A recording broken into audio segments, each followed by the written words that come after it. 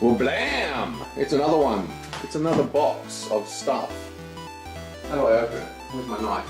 Can't seem to find my box cutter anywhere. Okay. To do this the manly way. And by manly, I mean tearing it like a little tiny kid at Christmas. Ooh, what could this be? Well, it's definitely not another Lord of the Rings thing. It's got to be something else. It is from Book Depository. So what could it be? What do they sell that I might be interested in? Wha-bam! Here you go. Get rid of all that junk. Starfinder, the role-playing game. Beautiful hardcover edition. Now, there's a lot of information in this. Now, Starfinder, if you don't know, is a new edition of Pathfinder. Now, Pathfinder, as you probably know, is a very, very popular fantasy RPG. It got a bit famous in the board and card game community because of a sort of dice rolling game they released that had a lot of cards called Pathfinder the card game. And this is their science fiction version. So this is kind of like if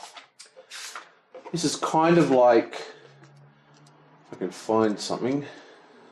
This is kind of like Warhammer 40,000. Because Warhammer 40,000, for those that don't know, is actually a science fiction version of Warhammer Fantasy. But it's been so popular that it's really its own thing now. But this is a science fiction version of Pathfinder. Like 40K, well, even more so than 40K, because 40K is really science fiction. This is more fantasy with a space theme. Yes, it's science fiction. Yes, it's in space. Yes, it has spaceships and technology, but it's actually a skin on top of Pathfinder. In fact, many people consider this Pathfinder Edition 2 because it has a lot of the rules of Pathfinder kind of tweaked. Pathfinder started life as Edition 5, Dungeons & Dragons Edition 5 or Edition 3, actually. Mod, like, you know, a custom rule set that got very, very popular. So that means a couple of things. It means that this is an action-orientated RPG using a DC system, you know, like difficulty classes. And lots of rolling, you know, D20s and shit. It's, some would call an archaic system, the Dungeons & Dragons Pathfinder system, but I actually quite like it. And I'm very keen to play this because my general rule in life is anything in space is better. I might just switch to flipping through the PDF, make it a bit easier for me.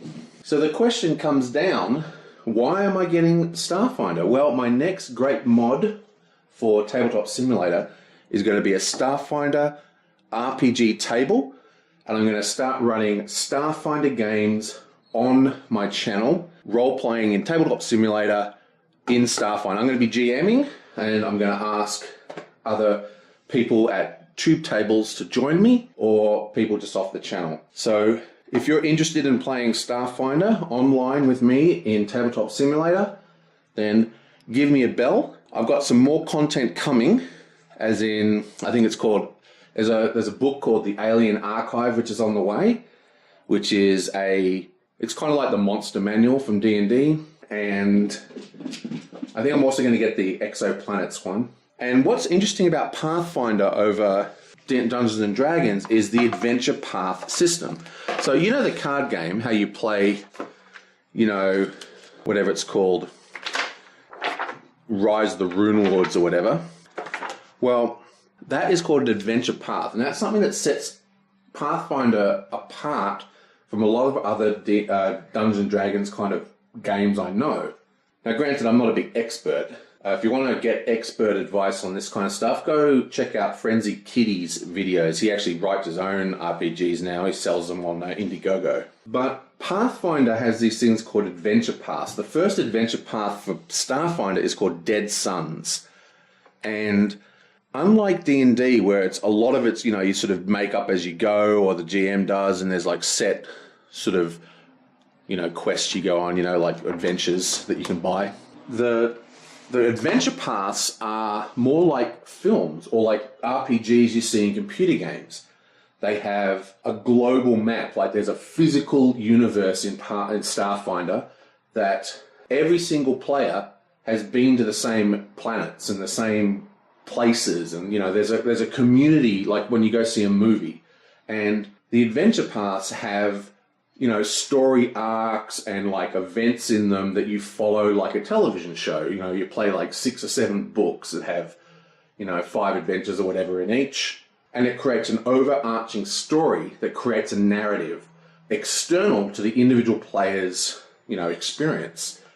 So you can get a real sense. I think it's really good for beginners, especially beginner GMs, because a lot of it's all mapped out. I'm quite looking forward to this.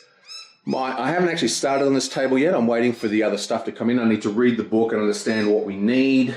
If you have any suggestions, please put it into the YouTube comments or go to Tube Tables The Guild. The link is in the description of this video at Board Game Geek, and, you know, offer some advice there. So, waiting for some more content. I've got to read this ginormous book. Look at that sucker. Now, I know that there is Roll20 and, you know, Fantasy Grounds and all these kind of other ways to play it, but I'm going to do it in Tabletop Simulator because I know how to use it, and you know, those things cost a lot of money. Fantasy Grounds, for example, you need to actually physically buy these things. Like, so to get the Starfinder module for Fantasy Grounds costs like $60 USD. But anyway, Starfinder, pretty cool. I'll see you guys next time.